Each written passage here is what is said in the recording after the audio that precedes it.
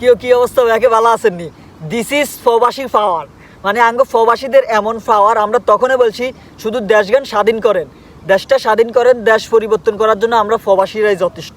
দেখেন এটার প্রমাণ এখন হারে হারে দেখেন, এই যে এখানে স্ক্রিনে দিয়ে দিছি। এক সপ্তাহে বেড়েছে 300 মিলিয়ন এবং রিজার্ভ বেড়েছে 20 মিলিয়ন, মানে বাংলাদেশের টাকার 20 মিলিয়ন ছাড়িয়ে গেছে। প্রবাসীরা এত পরিমাণ রেমিটেন্স বাংলাদেশ ব্যাংকে পাঠিয়েছে।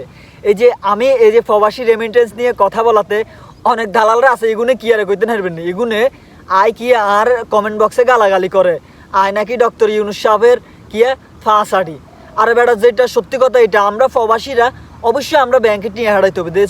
দেশের এই পরিস্থিতি, এই যে হুন্ডিতে টিয়ার রেট, মালয়েশিয়ার রেট হুন্ডিতে যদি দেয় আপনার 30 টিয়া, আর ব্যাংকের রেট দেয় 28 টিয়া, আর 2.5% কমিশন। তো আমরা এটা না করিও যদি হুন্ডিতে বেশি রেট দেয়, এরপরেও তো আমরা এখন হুন্ডিতে টিয়া হারাই না।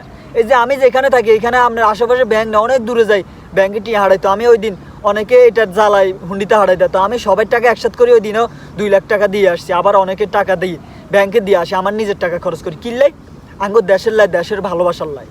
দেশের মানুষের যে পরিস্থিতি এখন, দেশের যে পরিস্থিতি, যে ইদানিং মোটামুটি আমরা প্রবাসীরা এই যে রেমিটেন্স এত পরিমাণ পাঠাইছি, দেশের অর্থনৈতিক চাকা অনেকটা সচল হয়ে গেছে।